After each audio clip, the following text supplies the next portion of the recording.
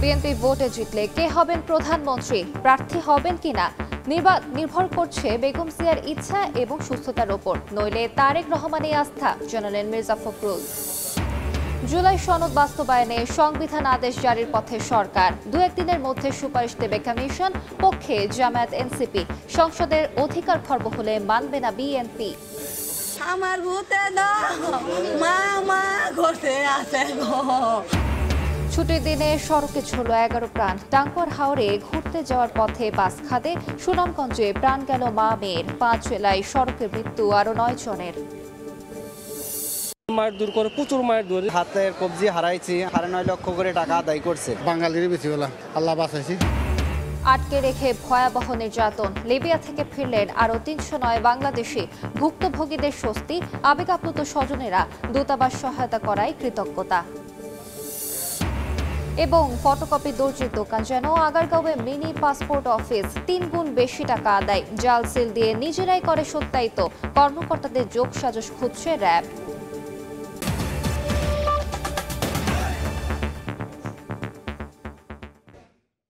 সময় সংবাদের সঙ্গে আছি আমি আলিশা ইসলাম। ভোটে জয় পেলে কে হবেন প্রধানমন্ত্রী, প্রার্থী হবেন কিনা দলের চেয়ারপারসন, তা নির্ভর করছে বেগম খালেদা জিয়ার ইচ্ছা এবং শারীরিক সক্ষমতার ওপর। সময় সংবাদকে দেয়া সাক্ষাৎকারে কথা জানিয়েছেন দলটির মহাসচিব মির্জা ফখরুল ইসলাম আলমগীর। জানালেন, বিএনপির নির্বাচনী ইশতেহারে থাকবে 31 দফাকে প্রাধান্য দিয়ে ভঙ্গুর অর্থনীতি শক্তিশালী করতে নানা অঙ্গীকার। আহমেদ সালেহিনের রিপোর্ট। 2 মামলায় কারাগারে যাওয়ার আগে সবশেষ 2018 সালের ফেব্রুয়ারির শুরুতে রাজনীতির মাঠে দেখা গিয়েছিল বেগম খালেদা জিয়াকে। এরপর পট পরিবর্তন, নানা ঘটনা আর অসুস্থতায় রাজনীতির মাঠ থেকে অনেকটা আড়ালে বিএনপি চেয়ারপারসন। আওয়ামী লীগ সরকারের পতনের পর আগামী ফেব্রুয়ারিতে নির্বাচনের ঘোষণায় আলোচনায় আসছে ভোটে অংশ নেবে কি বিএনপি নেত্রী। সময় সংবাদকে বিএনপি মহাসচিব জানান, সবকিছুই নির্ভর করছে বেগম জিয়ার সুস্থতা ও ইচ্ছার উপর। এটা নির্ভর করবে তার স্বাস্থ্যের উপরে।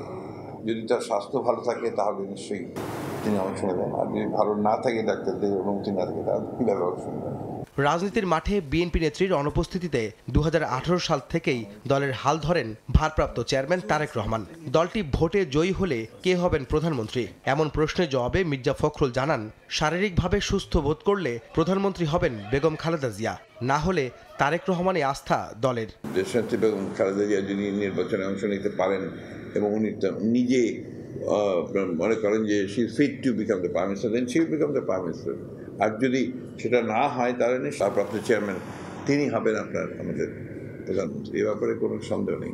দলের নির্বাচনী ইশতেহার প্রসঙ্গে বিএনপি মহাসচিব জানান, রাষ্ট্র মেরামতের 31 দফা বাস্তবায়নে হবে তাদের অঙ্গীকার। দেশের ভঙ্গুর অর্থনীতিকে শক্ত অবস্থানে নেওয়াই হবে বিএনপির প্রধান কাজ। ইশতেহারের উপর কাজ হচ্ছে, আমাদের কাজ শুরু করেছি আমরা। ইশতেহারে অনেক কিছু থাকে, তার মধ্যে 31 দফাটা তো মূল থাকবে।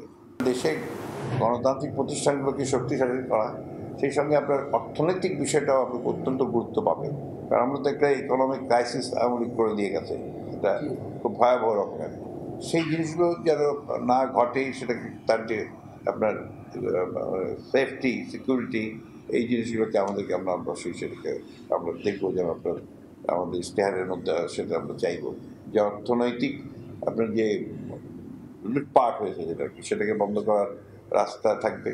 তফসিলের আগে বা পরে নয়, কয়েকটি সমস্যা দূর হলে শিগগিরই তারেক রহমান দেশে ফিরবেন বলেও জানান বিএনপি মহাসচিব। খুব দ্রুতই ফিরবেন।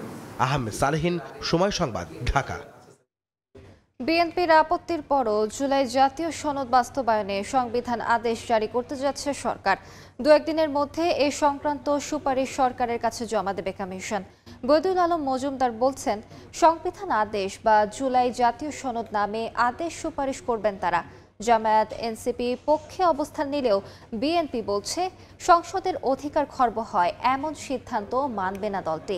হাসান ওয়ালির প্রতিবেদন। নানা নাটকীয়তার পর 17 অক্টোবর সই হয়েছে জুলাই সনদ। বিএনপি জামায়াত সহ অধিকাংশ দল অংশ নিলেও আইনি ভিত্তি স্পষ্ট না হওয়ায় সই করেনি এনসিপি। এরপর থেকেই বিশেষজ্ঞ প্যানেলের সঙ্গে পরামর্শে বাস্তবায়নের খসড়া তৈরি করছে ঐকমত্য কমিশন। সনদের আইনি ভিত্তি দিতে আদেশ নাকি অধ্যাদেশ, গণভোটের সময় নোট অব ডিসেন্টের ভাগ্য নির্ধারণে চলছে সিরিজ বৈঠক। বিশেষজ্ঞদের পরামর্শ আমলে নিয়ে সংবিধান আদেশ বা জুলাই জাতীয় সনদ আদেশ জারির চিন্তা সরকারের। এ সংক্রান্ত সুপারিশ জমা দেওয়ার কথা বলছেন কমিশনের এই সদস্য। বিশেষজ্ঞদের মতামত মোটামুটি গৃহীত হয়েছে।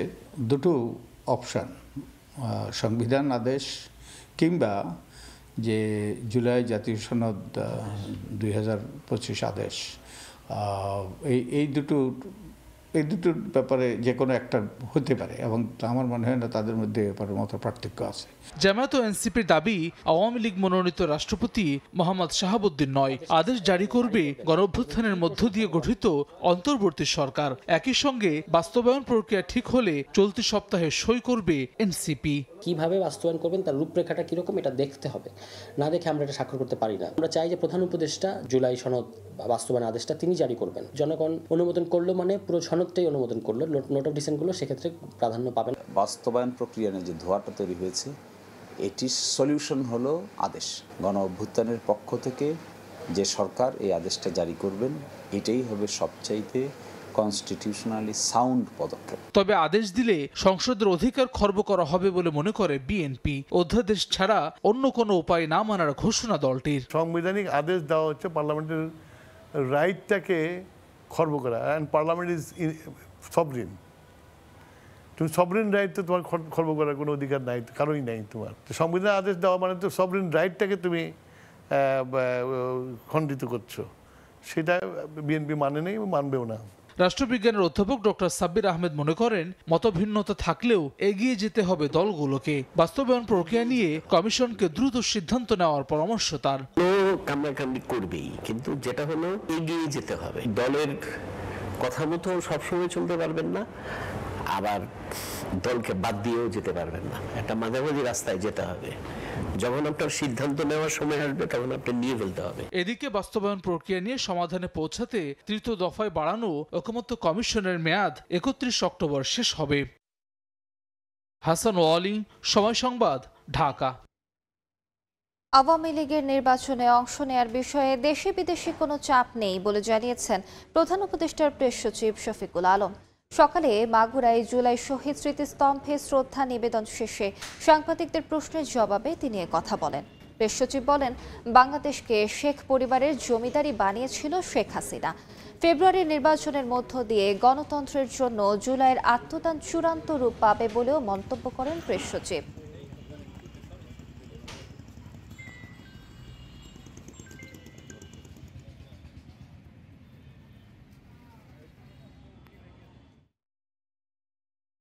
আওয়ামী লীগ ইলেকশন করতে পারবে না, কোনো ধরনের কোনো চাপ নাই, এতে দেশি বিদেশি কোনো ধরনের কোনো চাপ নাই।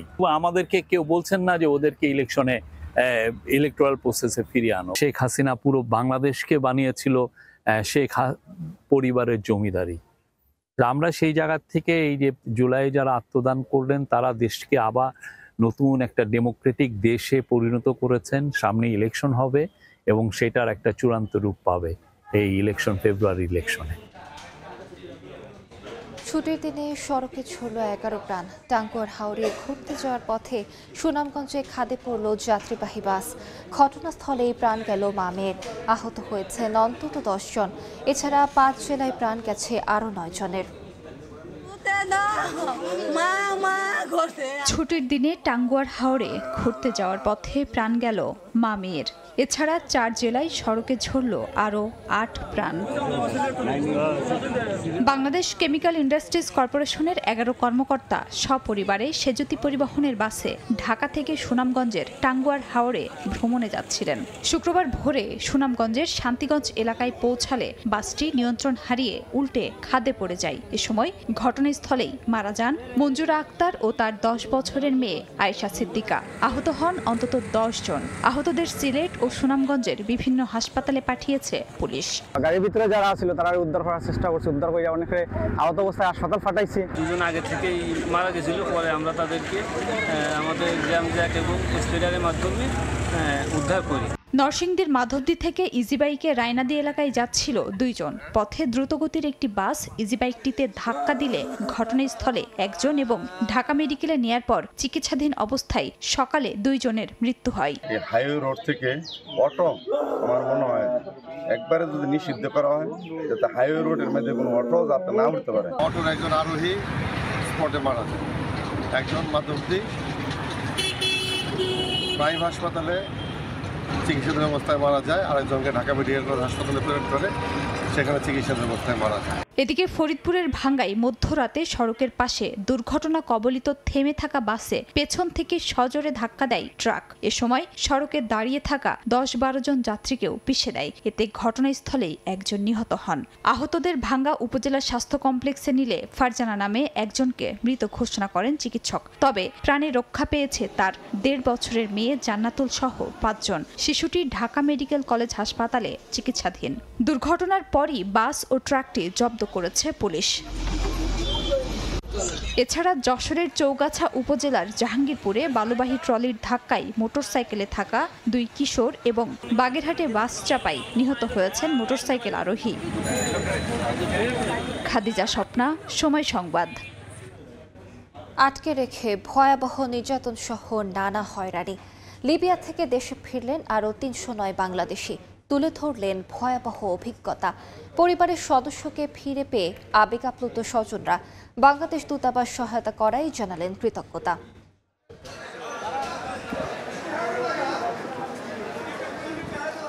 অবশেষে লিবিয়া থেকে ফিরলেন হাফিজুর রহমান। গুলি করে দরজা ভেঙে তাদের 7 জনকে তুলে নিয়ে দাবি করা হয় 70 লক্ষ টাকা। সেই মুক্তিপণ দিয়েই ফিরলেন তিনি। ভাইকে পেয়ে আবেগঘন হয়ে পড়েন তার বোন। দীর্ঘ 2 বছর ধরে ছিলাম, তাইকে আমি একটা হাতের কবজি হারাইছি। হাতের কবজি হারাইয়া তারপরে দীর্ঘদিন থাকার পরে এই যে গত 1 তারিখে আমার মাফিয়া তুল্লা নিয়ে গেছিল। মাফিয়া তুল্লা নিয়ে গিয়ে 9.5 লক্ষ করে টাকা আদায় করছে। অনেকটা একই অভিজ্ঞতা সৈয়দ আলমের। ছিলেন 3 বছর মাফিয়াদের হাতে ধরা পড়েও চলন্ত গাড়ি থেকে লাফিয়ে রক্ষা পান সে যাত্রায়। দেশে ফিরে বলছিলেন সেই ভয়াবহ অভিজ্ঞতার কথা। আমি গিয়ে তো গাড়িতে ফল মাঝি, রানিং অবস্থায় ফল মাঝি নিলে তো হাম করে দিত জাগার করে। আল্লাহ বাঁচাইছি। ধরে নিয়ে ডাকাইতে করলে রোড তো অস্ত্র ধরে তুলি এনে লই যাবে হালা গাড়ি একটা বইরা বাদে লই যায় গিয়ারে বেশি বেলা বাঙালির বেশি বেলা। শুক্রবার সকাল 9:30টায় লিবিয়া থেকে ফেরা বিশেষ ফ্লাইটের প্রায় সবার অবস্থা একই রকম। সবার মুখেই লিবিয়ার বর্তমান পরিস্থিতি আর দালাল চক্রের দৌরত্ব। অভিযোগ, সেসব চক্র পরিচালনা করেন বাঙালিরাই। মারধর করতো, টর্চারিং রড দিয়ে বা তার দিয়ে এগুলো দিয়ে মারতো। পাসপোর্ট সব শেষ নিয়ে গেছিল, ছিঁড়ে ফেলে লাগছে। ছিঁড়ে মতন এম্বাসির মাধ্যমে ছাড়া পাইছে, 20 লাখ টাকা দিয়ে ছাড়ছে। পানির খুব কঠিন অবস্থা। পানি আপনার মনে লবণাক্ত পানি, সাগরের পানি, সাপ্লাই পানি, বাথরুমের ভিতরে আপনার মনে করেন বাথরুমের পানি খাওয়ানো লাগে। বাংলাদেশ দূতাবাস লিবিয়ার তত্ত্বাবধানে এবং লিবিয়ার জাতীয় ঐক্যমত্য সরকারের সার্বিক সহযোগিতায় স্বেচ্ছায় দেশে প্রত্যাবর্তনের আগ্রহী 309 জন ফিরলেন লিবিয়া থেকে। একই প্রক্রিয়ায় আগামী 30 অক্টোবর মিসরাতা ও ত্রিপলি থেকে নিবন্ধিতদের মধ্যে আরও 3 শতাধিক বাংলাদেশিকে দেশে ফেরানোর জন্য লিবিয়া সরকারের সঙ্গে কাজ করছে দূতাবাস। এর আগে 9 অক্টোবর 309 জন দেশে ফেরেন। আল আমিন তুষার, সময় সংবাদ, ঢাকা। রাজধানীর আগারগাঁওয়ে পাসপোর্ট অফিসের আশপাশে দর্জি ও ফটোকপির দোকানে আড়ালে গড়ে উঠেছে মিনি পাসপোর্ট অফিস। সহজে কাজ করে দেওয়ার প্রলোভনে দ্বিগুণ 3 গুণ অর্থে পাসপোর্ট করিয়ে দিচ্ছে একাধিক চক্র। এজন্য বিভিন্ন সরকারি কর্মকর্তার সিল স্বাক্ষর নকল করে কাগজপত্র সত্যায়িত করা হচ্ছে। সম্প্রতি 86টি পাসপোর্ট সহ একজনকে গ্রেফতারের পর র্যাব জানিয়েছে চক্রের সঙ্গে পাসপোর্ট অফিসের কেউ জড়িত কিনা খতিয়ে দেখা হচ্ছে। মাসতুর রহমানের রিপোর্ট।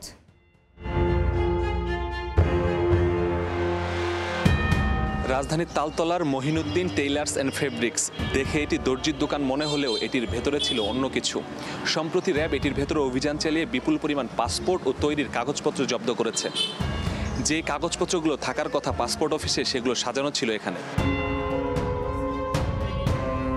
র্যাবের অভিযানে সম্প্রতি দর্জির দোকান থেকে উদ্ধার করা হয় 86টি passport, 1/2 passport delivery slip, NID, police verification certificate সহ বিভিন্ন আলামত। বুঝতে পারি না যে তার কাছে এতগুলো থাকবে বা ছিল। পরে শুনে মন খারাপ লাগছে, কিন্তু লাগলে কি করার। নিজে এই জায়গায় ওনার কাছে এতগুলো বই, আমরা অবাক হয়ে গেলাম শোনার পরে এলাকাবাসী। আসলে ওনার কাছে এত বই কেন?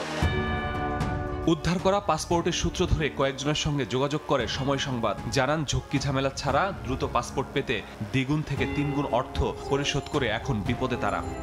আপনার ডেলিভারি স্লিপটা কোথায়?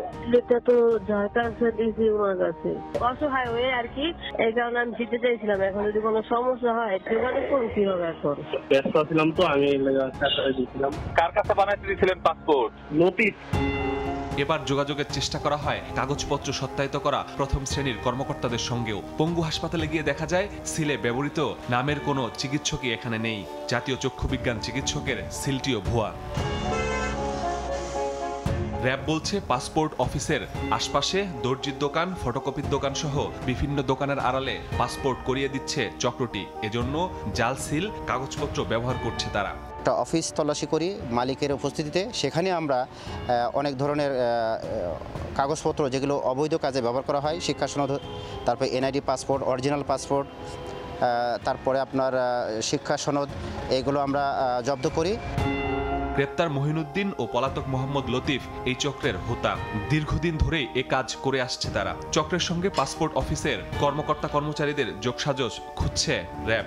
এটার একটা প্যাকেজ আছে, যত টাকা তত সহজীকরণের কথা বলে তাদেরকে অধিকতরের টাকা নিয়ে নেয় এবং তারা সরকারি সেবাটাকে বিঘ্নিত করে প্যারালাল একটা অফিস খুলে তারা সহজ সরল মানুষদেরকে, যারা সেবা প্রত্যাশী, তাদেরকে প্রতারণা করে আসছে। সহজে পাসপোর্ট পেতে গিয়ে বিপদে পড়া থেকে বাঁচতে দালাল চক্রের শরণাপন্ন হওয়া থেকে বিরত থাকার আহ্বান র‍্যাবের। মাসুদুর রহমান, সময় সংবাদ, ঢাকা। স্বস্তি ফিরছে রাজধানীর সবজির বাজারে। সব ধরনের সবজির দামই 10 থেকে 30 টাকা পর্যন্ত কমেছে। উচ্চ মূল্যে স্থিতিশীল মাছ ও মুরগির বাজার। কমেছে ডিমের দর। এদিকে লিটারে 6 টাকা বেড়েছে সয়াবিন তেলের দাম। কয়েক সপ্তাহ উচ্চ দরে চড়ে থাকার পর রাজধানীতে কিছুটা স্বস্তি ফিরেছে সবজির বাজারে। পটল, ঢেঁড়স, করলা, কাঁকরোল সহ বেশিরভাগ সবজিই মিলছে 50 থেকে 60 টাকার মধ্যে। কাঁচামরিচ কেজি প্রতি বিক্রি হচ্ছে 160 টাকায়। সপ্তাহ ব্যবধানে প্রতিটি সবজির দামই 10 থেকে 30 টাকা পর্যন্ত কমেছে। সরবরাহ স্বাভাবিক হওয়ায় সবজির দাম কমেছে বলে জানান বিক্রেতারা। 20 থেকে 30 থেকে 40 টাকা কমছে। এরকম কমার কারণে সরবরাহ বেশি, সবজি নানান জায়গায় সবজি আসতেছে। 10, 15, 20 টাকা মনে হচ্ছে কম আগের সপ্তাহ থেকে বা তার আগের সপ্তাহ থেকে। আমরা মধ্যবিত্তরা মানে কিনা খাইতে পারতেছি, কিংবা একটু কমলে খুব ভালো লাগতেছে আমাদের কাছে। স্বস্তি ফিরবো, আরো দাম কমবে। এখন তো সিজন, দাম কমবে আরো। 30 টাকার ভিতরে 40 টাকার ভিতরে থাকলে পরে স্বাচ্ছন্দ্যে মোটামুটি সবাই কিনতে পারে।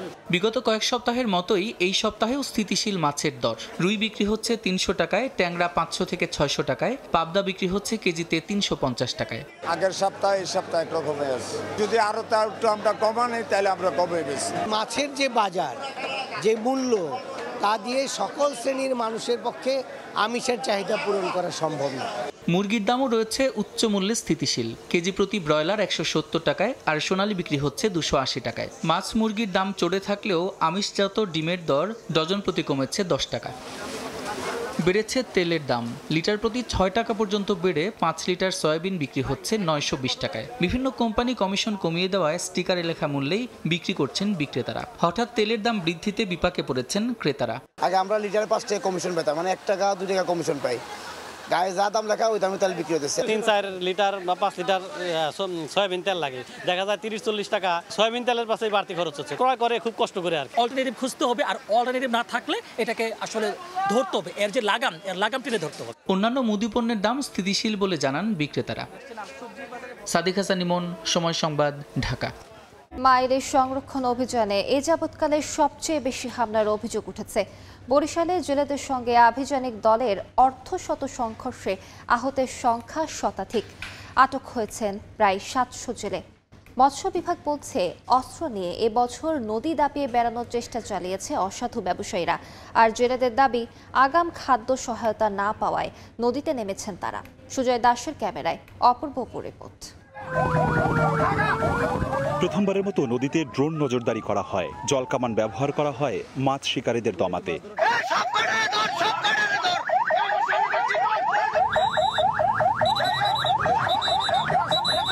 সিনেমার মতো যেন ভয়াবহ দৃশ্য দেখা যায় জেলে আর আইনশৃঙ্খলা বাহিনীর সংঘর্ষে। মা ইলিশ সংরক্ষণে 22 দিনের নিষেধাজ্ঞা সফলে নিয়মিত অভিযান হয়, তবুও বিভিন্ন নদীতে দেখা যায় শত শত মাছ ধরার নৌকা, ট্রলার। বরিশালে অভিযানে প্রায় অর্ধশত সংঘর্ষের ঘটনা ঘটে। এর মধ্যে ইলিশের হটস্পট মেঘনাতেই ঘটে 20টি সংঘর্ষ। মৎস্য কর্মকর্তারা জানিয়েছেন, সশস্ত্রভাবে মাছ শিকার করেছে অনেকে। অভিযানে তারা হামলার শিকার হন। নৌ পুলিশ, কোস্টগার্ড, আনসার ও জেলে মিলে আহতের সংখ্যা শতাধিক। আমাদের টিম বারবার তাদের দ্বারা আক্রান্ত হয়েছে এবং তারা যে কোনো উপায়ে মারমুখী ভূমিকা এসে এখানে ইলিশ ধরবেই, এরকম মনে হয় তারা একটা ধনু ভাঙা পণ করেছে। এদিকে জেলেদের দাবি, নিষেধাজ্ঞার সময় সরকারের দেয়া মাত্র 25 কেজি চালে সংসার চলে না। আছে স্থানীয় প্রভাবশালী অসাধু ব্যবসায়ীদের কারসাজিও। পর্যবেক্ষকদের তাগিদ, মা ইলিশ রক্ষায় আগামীতে দরকার সরকারের সমন্বিত উদ্যোগ। 25 কেজি চাল দেয় আমাদের হয় না দেখি আমরা নদীতে নামিয়ে জাল ভাই। মায়ের ছেলে অসুখ বিসুখ হইলে ডাক্তার টাকা পাবো, ডাক্তার দেখাইতে পারি না, আমরা না খাইয়া থাকি। মানে এই দুঃখটা যে কিভাবে যাইব আল্লাহ বিনে কেউ জানে না। নদীতে গেলে গুলি করে, পিডায়, মারে, মহিলাকেও পিডায়। খাদ্য সহায়তার বাইরে অন্যান্য খরচের জন্য আর্থিক সহায়তা দেয়া এবং সাথে সাথে তাদেরকে নিয়ে একটা মোটিভেশনাল অ্যাপ্রোচ করা, যে কি করে আমরা এটা দেশের জাতীয় স্বার্থে আমরা এটা রক্ষা করছি, সেই অ্যাপ্রোচটা যদি আমাদেরকে দেয়া যায় এবং আর্থিক নিরাপত্তা যদি দেয়া যায়, তাহলে আমার এই সাংঘর্ষিক অবস্থাটা তৈরি হবে না বলে আমি মনে করি। এবারের 22 দিনে নিষেধাজ্ঞাকালীন বিভাগে 650-র বেশি জেলেকে আটক করে বিভিন্ন মেয়াদে সাজা দেয়া হয়। জব্দ করা হয় 112 লাখ মিটার জাল। অপূর্ব অপু, সময় সংবাদ, বরিশাল। নভেম্বরে গণভোট ও 2 কক্ষে পিয়ার সহ 5 দফা দাবিতে রাজধানীর রামপুরায় সমাবেশ করছে জামায়াত।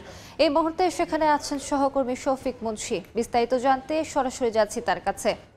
জামায়াত ইসলামী আয়োজিত রাজধানীর রামপুরায় গণসমাবেশ অনুষ্ঠিত হচ্ছে রামপুরা একরামুন্নেছা উচ্চ বিদ্যালয় মাঠে, এবং আমরা দেখেছি যে এই গণসমাবেশের নির্ধারিত সময় বেলা 4টা থাকলেও 3টার পর থেকেই কিন্তু এই যে প্রাঙ্গণ, সমাবেশ প্রাঙ্গণ, সেই সমাবেশ প্রাঙ্গণ কিন্তু এক প্রকার লোকারণ্য হয়ে গেছে এবং এই বিভিন্ন স্থান থেকে নেতাকর্মী তারা এই গণসমাবেশ স্থলে আসছেন এবং তারা অনেকেই কিন্তু এই স্কুল প্রাঙ্গণের বাইরে অবস্থান নিয়েছেন। আমরা যেটা জানতে পেরেছি যে মূলত 5 দফা দাবিতে যে বাংলাদেশ জামাত ইসলামী সহ সমমনা দলগুলোর যে চলমান আন্দোলন কর্মসূচি, তারই অংশ হিসেবে আজ এই গণসমাবেশ অনুষ্ঠিত হচ্ছে এবং তাদের প্রধান দাবি হচ্ছে আগামী নভেম্বরে জুলাই সনদের আইনি ভিত্তি প্রদানের জন্য গণভোট অনুষ্ঠিত করা এবং সেই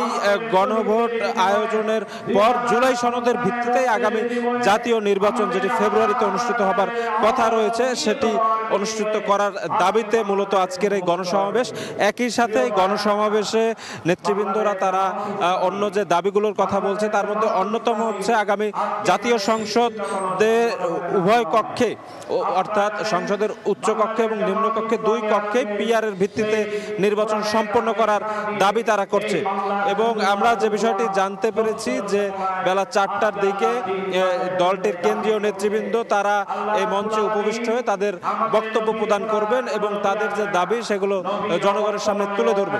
তো এই ছিল আমার কাছে রামপুরার একরামুন্নেছা উচ্চ মাধ্যমিক বিদ্যালয় মাঠ থেকে জামাতে ইসলামের যে গণসমাবেশ, সে ব্যাপারে সর্বশেষ। সরাসরি যুক্ত ছিলাম রাজধানীর রামপুরায়। উত্তাল ঢেউয়ে মাতোয়ারা ভ্রমণ পিপাসুরা। সাপ্তাহিক ছুটির দিনে বিশ্বের দীর্ঘতম সমুদ্র সৈকত কক্সবাজারে ভিড় করেছেন হাজারো পর্যটক। তবে আনন্দ করতে এসে সৈকতে হকারদের উপদ্রবে বিব্রত পর্যটকরা। আর আবহাওয়া পরিস্থিতি বিবেচনায় সমুদ্র স্নানে পর্যটকদের নিরাপত্তায় সজাগ রয়েছে লাইফগার্ড সংস্থা। মোহাম্মদ ফরাজের ক্যামেরায় বিস্তারিত জানাচ্ছেন সুজতিন রুবেল। তীব্র রোদ, মাঝে মাঝে হালকা বৃষ্টি, এমন আবহাওয়ায় সাপ্তাহিক ছুটির দিন শুক্রবার সৈকত শহর কক্সবাজারে ভিড় করেছেন হাজারো পর্যটক। আনন্দ উচ্ছ্বাসে মেতেছেন সাগরের নোনাজল আর বালুচরে। পরিবার পরিজনের সঙ্গে মেতেছেন খুনসুটিতে। উপভোগ করতে এসেছি সাগর, সমুদ্র, আকাশ বাতাস, আমাদের এই সুন্দর প্রকৃতিকে। বাংলাদেশে মনে করেন যে পর্যটন এরিয়াগুলো আছে এর মধ্যে তো কক্সবাজার অন্যতম। আমি খুবই খুশি কক্সবাজারে এসে আমাদের বাংলাদেশের বৃহত্তম সমুদ্র সৈকতে। তবে সৈকতে হকারদের উপদ্রবে বিব্রত পর্যটকরা। এখানে হকার অনেক বেশি, যে একটু মানুষের স্বস্তিভাবে আসবো সেটা মানুষ পারতেছে না। গরিব বন্ধু আসছে, ওরা তো পাটের দায়ী আসছে, তাই না? এখন ওরা যে একবারে যে নামতে না দেয়, এখানে তো ওদের বাঁচার মতো আর কোনো পথ নেই।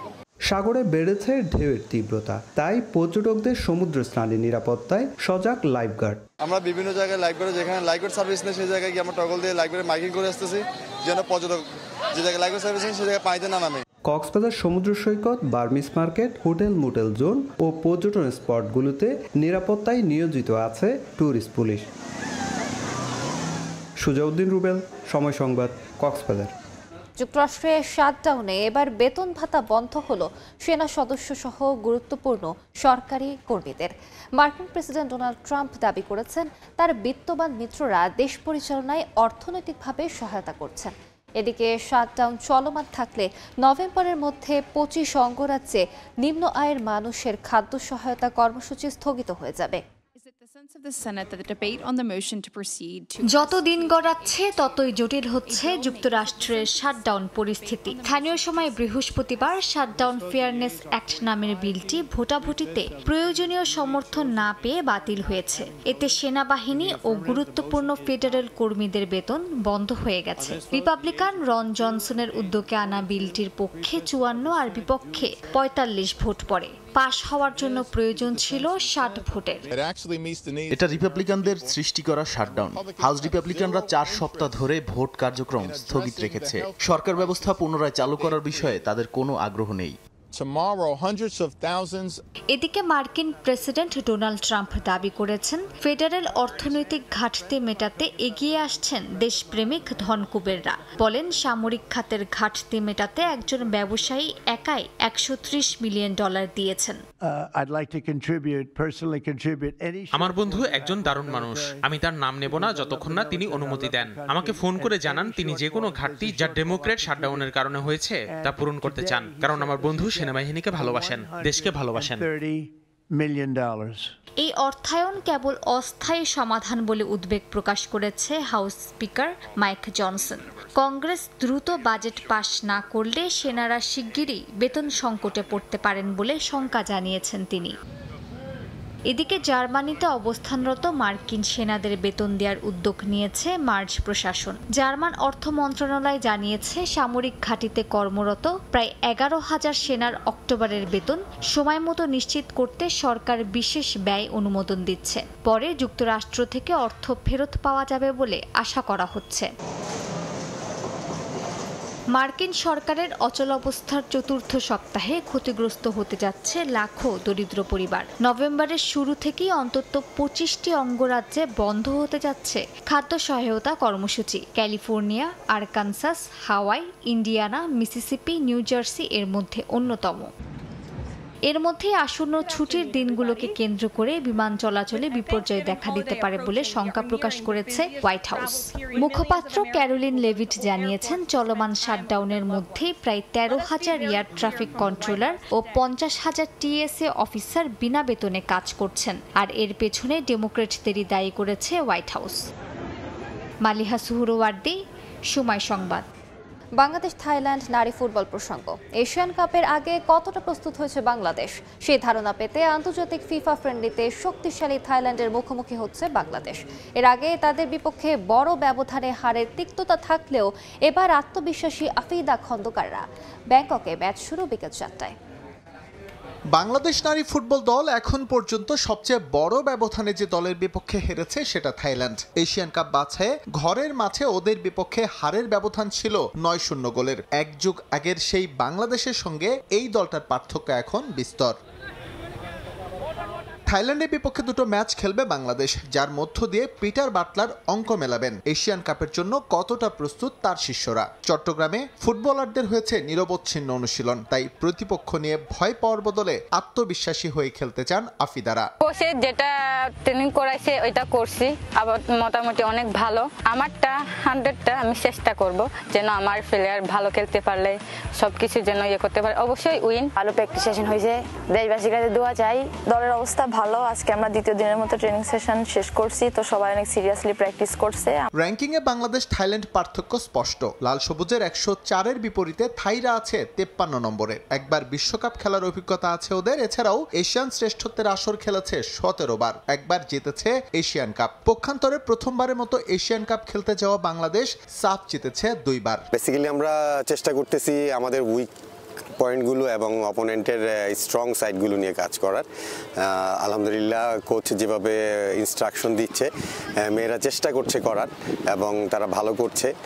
আমরাও কোচিং স্টাফ যারা আছি আমরাও চেষ্টা করছি মেয়েদেরকে সাহায্য করার জন্য, তাদের ট্যাকটিক্যাল যে ইনফরমেশনগুলো দেওয়ার দরকার আমরা দিচ্ছি এবং আমরা চেষ্টা করছি তাদের কাছ থেকে বেস্টটা আদায় করে নেওয়ার জন্য। এশিয়ান কাপে বাংলাদেশের গ্রুপ প্রতিপক্ষ চীন, উত্তর কোরিয়া এবং উজবেকিস্তান। তাদের সামলানোর আগে থাইল্যান্ডের বিপক্ষে ম্যাচ বাংলাদেশের জন্য বেশ ফলপ্রসূ হবে বলে মনে করছে ম্যানেজমেন্ট। এস এম ইকবাল, সময় সংবাদ। এ পর্যায়ে শীর্ষ সংবাদগুলো জানিয়ে দিচ্ছি আরেকবার। বিএনপি ভোটে জিতলে কে হবেন প্রধানমন্ত্রী, প্রার্থী হবেন কিনা নির্ভর করছে বেগম জিয়ার ইচ্ছা এবং সুস্থতার ওপর, নইলে তারেক রহমানেরই আস্থা, জানালেন মির্জা ফখরুল। জুলাই সনদ বাস্তবায়নের সংবিধান আদেশ জারির পথে সরকার, 2-1 দিনের মধ্যে সুপারিশ দেবে কমিশন, পক্ষে জামায়াত এনসিপি। সংসদের অধিকার খর্ব হলে মানবে না বিএনপি। আমার ভূতে মা ঘুরতে আসে গো। ছুটির দিনে সড়কে ছুড়ল 11 প্রাণ। টাঙ্গুয়ার হাওড়ে ঘুরতে যাওয়ার পথে বাস খাদে সুনামগঞ্জে প্রাণ গেল মা মেয়ের। 5 জেলায় সড়কে মৃত্যু আরো 9 জনের। এ ছিল বিকেল 3টার সময় সংবাদে।